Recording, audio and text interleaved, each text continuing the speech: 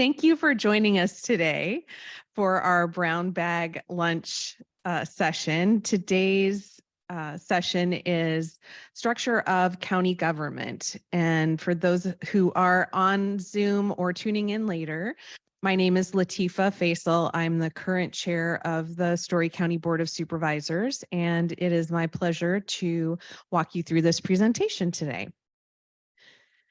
And before we jump into the general structure of county government, I did want to touch briefly on our mission and values here at Story County. Our mission is engaging our diverse communities to responsibly provide quality opportunities and services that matter. And our values have been identified as accountability, collaboration, environment, equity, inclusivity, innovation, and wise use of resources. A lot of time and energy went into developing our mission and identifying our values. I think it was over the course of a year and a half, if not a little bit longer. We brought together representatives from our different departments and offices and members of the community to really help us craft this mission and the values to make sure that we are serving both our internal and external customers. So so there are 3,069 counties, parishes, and boroughs throughout the United States. And they're so present in everyday life that sometimes the work gets overlooked. The ways in which counties help our communities thrive.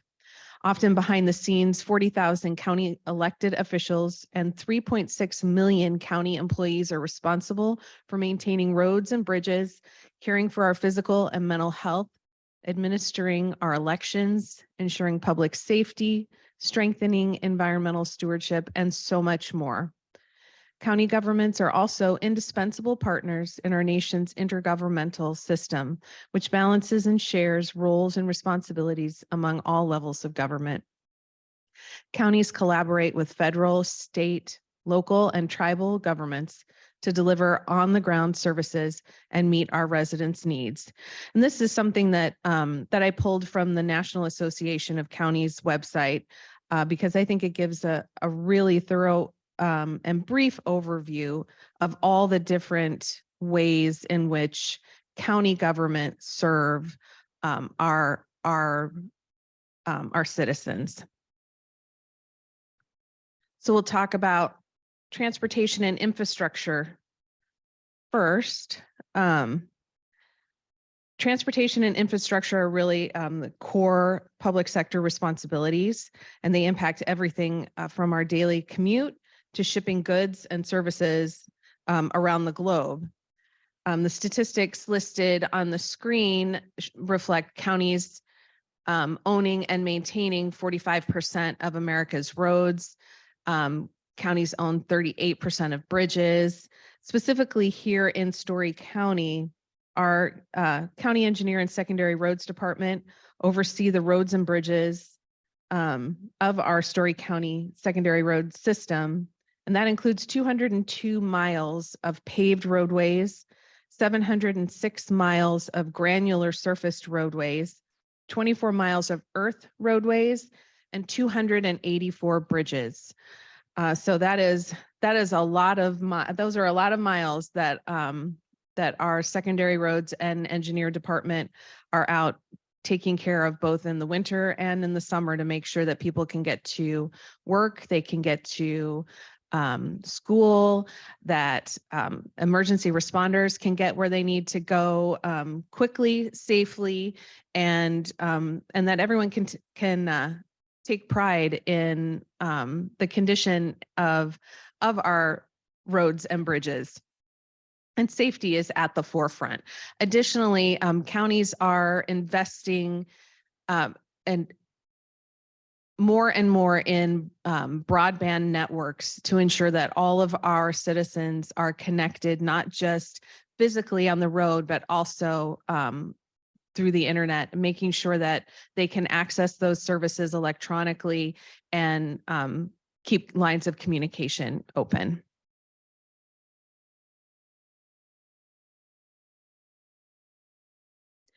Counties also across the country invest heavily in local residents' health and well-being, serving as a safety net for low-income and indigent residents.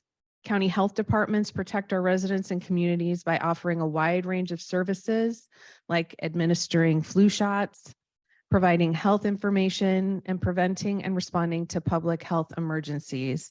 Our public health department was integral in responding to the COVID health crisis and ensuring that information was flowing not just to decision makers, but also to the general public, and ensuring that when vaccines did become available, that everyone had access to those vaccines and that our communities were protected.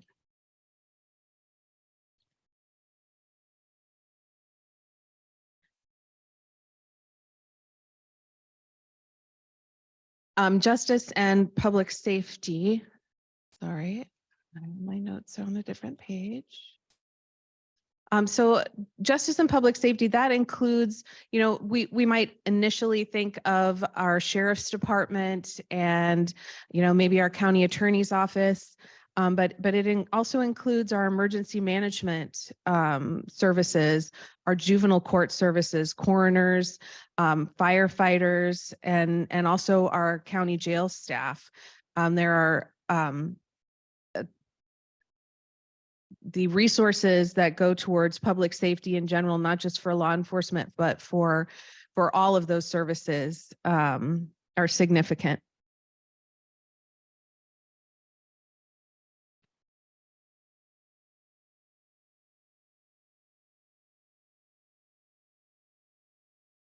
So as this slide reflects, the County Veteran Service officers operate in 29 states and the District of Columbia, and that includes Iowa. We have a CVSO in Story County that works out of our Human Services building in Ames.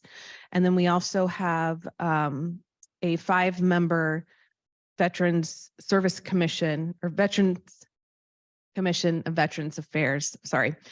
Also that oversee our Veterans Affairs department.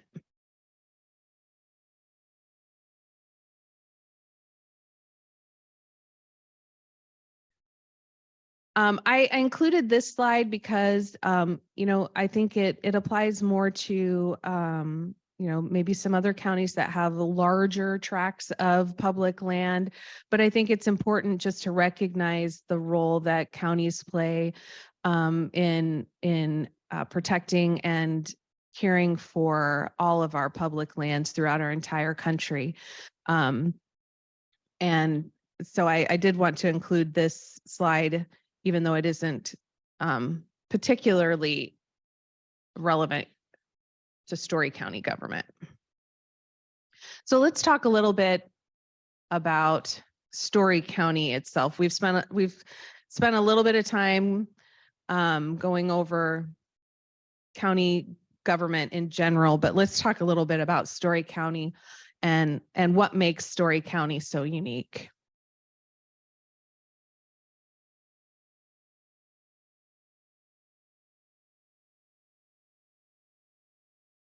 So the structure of Story County government, it really is unique. I don't think I have met any other county officials who have quite the same structure.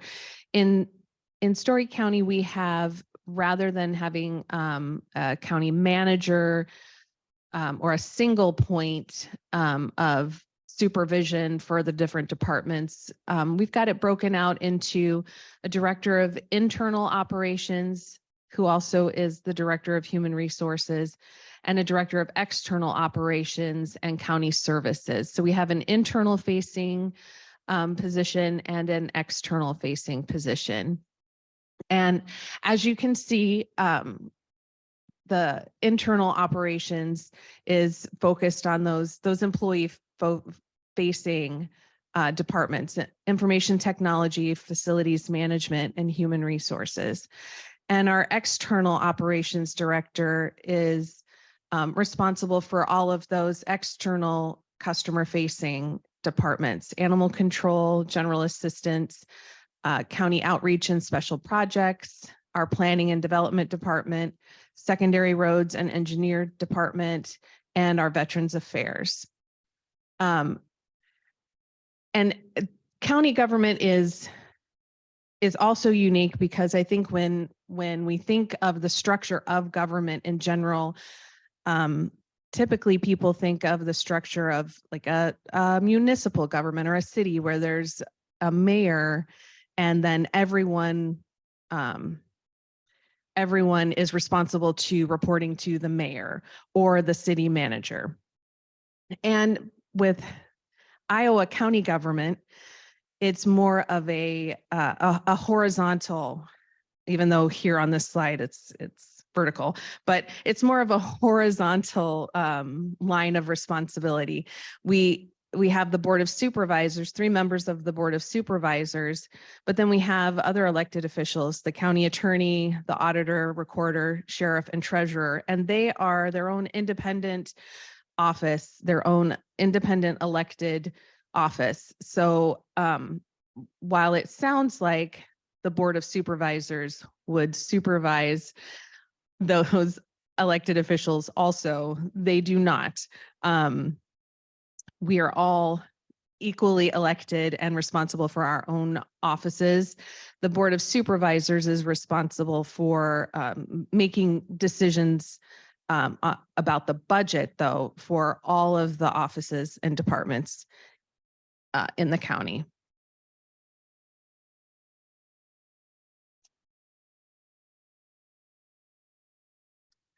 And so I really think it's important. We've talked a little bit about all the different functions of county government, but I really think it's important that we stress in this slide that who we are is really just about every single person who works for Story County. Every job that they do has an important role and function in the county, and that all of the work of the county happens because of all of the people who work here and give their time, their energy, and their all to really serving the public. And that's why I thought this slide was important. So we'll talk a little bit about some of our planning that we do here in Story County. So strategic planning, really it provides us with a roadmap to guide our priorities and strategic direction, and gives us concrete goals and objectives so that when we are making budgetary decisions, we're making those based on a long range, well thought out plan, and we make sure that we're being fiscally responsible and we're making good decisions with taxpayer dollars. Our strategic plan so lays out our goals, and then also some of our priorities. And some of the goals laid out in the current strategic plan, we're launching a new, we're starting to work on our next iteration of our strategic plan. So the current plan lists quality of life, excellent educational opportunities, recreation and rich farmland, effective and efficient county operations, ongoing investments in our facilities and infrastructure systems to better serve the public and provide a sense of pride for staff and citizens, ongoing technology improvements, and continuing review of policies and regulations. And I would expect that a lot of those same things are going to be in our next iteration of the strategic plan. I think they're fantastic goals. So we'll go on to the next slide.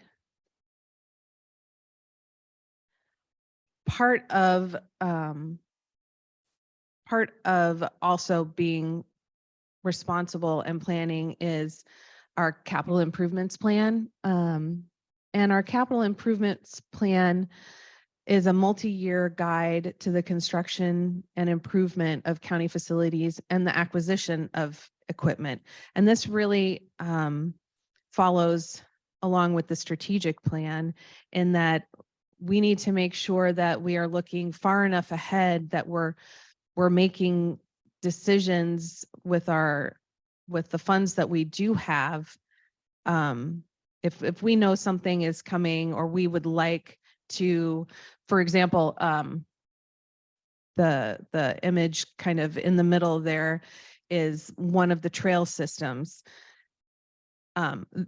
In order to make sure that we can accomplish the goal of paving that trail system, we have to plan for those expenses. We have to build those into the budget because there are so many other so many other things that need to be that we need to be focusing on. So the capital improvements plan allows us to identify those future purchases or future projects that we either need to set some funds aside for or prioritize.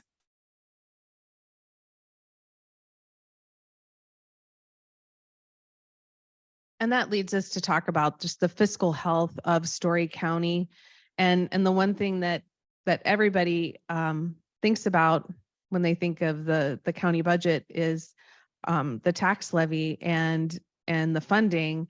I mean, again, everything that we do with taxpayer dollars. And so when we are looking at those strategic plans or looking at that capital improvements plan,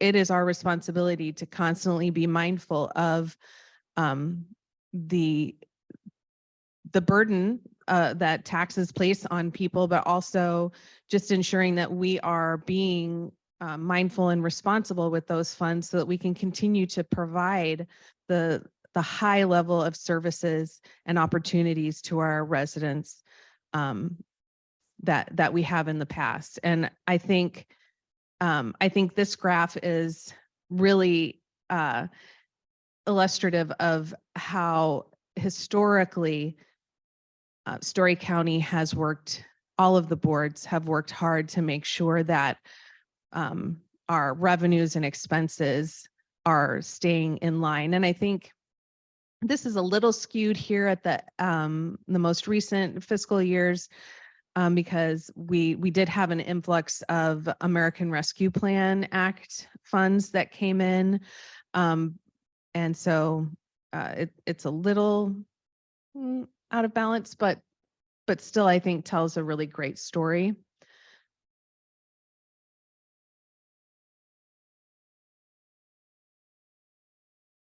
And this slide, I think really, I wanted to make sure that we included this because, we saw on the capital improvement plan slide that significant investments are being made and continue to be made in our conservation areas, our parks and trails, and planning for these projects and expenses is an important part of ensuring that we are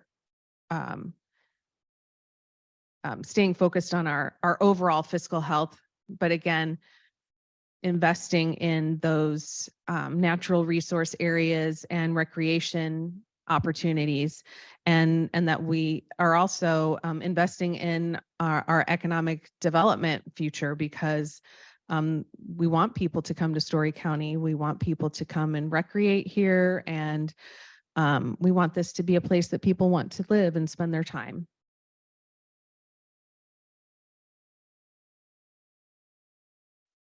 Another part of planning is land use planning. We have a planning and zoning commission, board of adjustment. There's a process if someone would like to develop land here in Story County, they need to go through the conceptual review process. And that involves many departments throughout the county. It involves our planning and development department, but also our engineer conservation, sometimes emergency management, and neighboring jurisdictions. And then it involves public notices, information sessions, and hearings if we're talking about changing zoning or making a change to, for example, our natural resource ordinance. There's a lot of public outreach and input that is gathered before any of those decisions are made.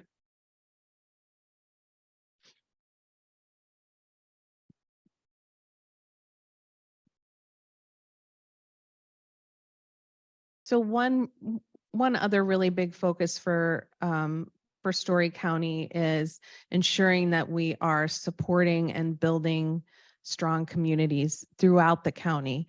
That includes our urban renewal area projects and our facade grant program, our American Rescue Plan Act funds, all of the grants that we were able to make with the American Rescue Act funds, Home Base Iowa, making sure that we are welcoming and providing opportunities for veterans and inviting them to move to Story County and make Story County their home. Our Story County Economic Development Group and investments in broadband, again, trying to make sure that we are connecting all of the residents in Story County, trying to make sure that we are taking advantage of any federal grant opportunities or opportunities being offered by the state to make sure that all of our communities are connected.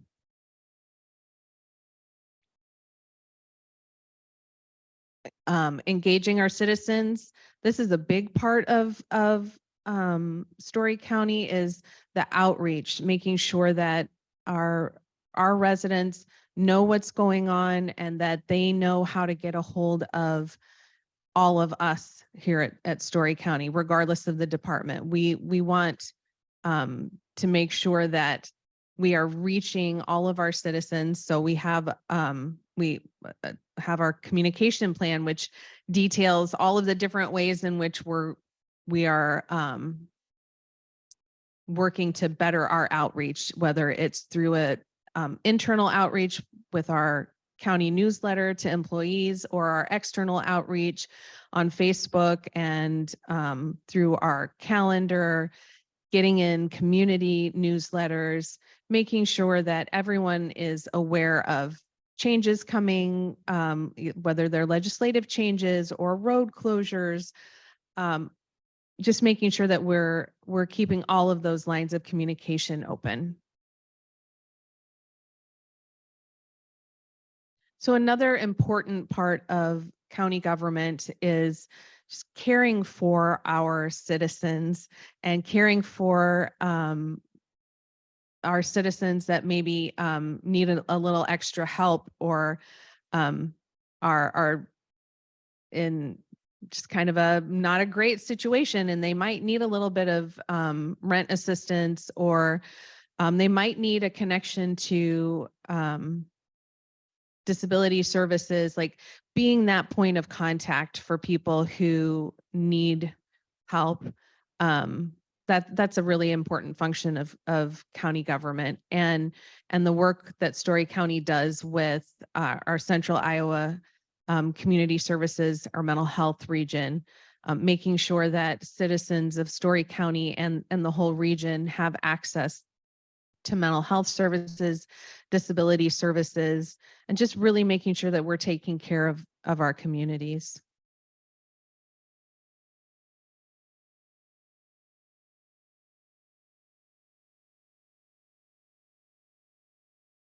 So what is on the horizon for Story County? So we talked a little bit about our strategic plan, and that we're beginning to work on the next iteration of our strategic plan.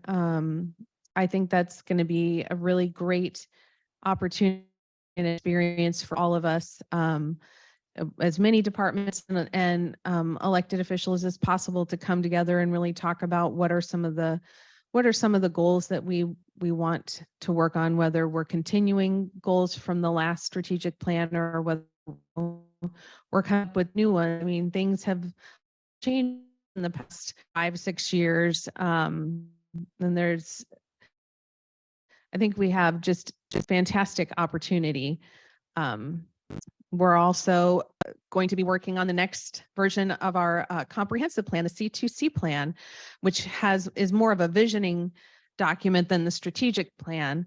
We're going to continue to work on our capital improvements plan every year.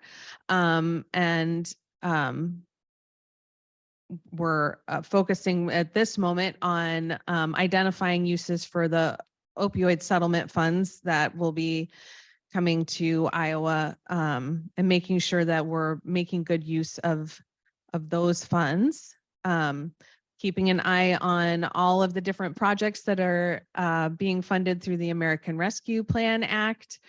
And we're working on climate resiliency planning, diversity, equity, and inclusion, and belonging, and working with our Story County Economic Development Group and watershed management.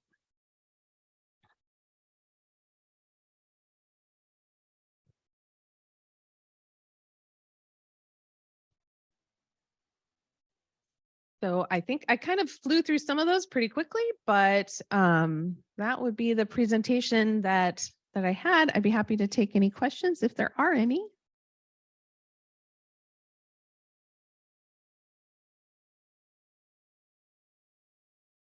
Yes, I have one. Okay. Back to the capital improvements planning. How are projects chosen to be a part of the CIP? And how do you decide how to divide it out throughout the years?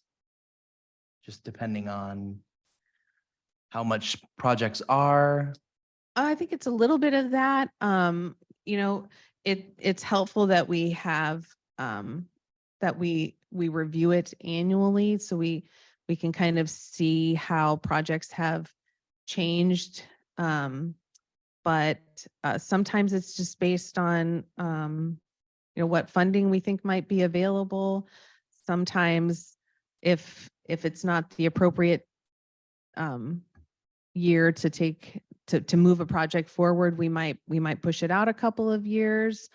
And in that process, sometimes, things change, like plans change all the time. So something, might get put on the capital improvement plan to start 2 years from now. And by the time that 2 years rolls around, everything has changed, or technology has changed, or that office or department's priorities have changed. And then again, everything is dependent on how the budget is looking this year or next year. But it helps to have that plan in place so we can constantly be looking forward.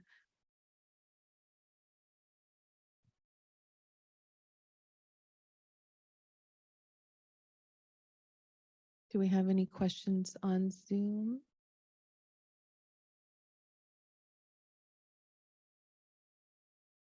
Okay. All right. Well, thank you so much, everyone.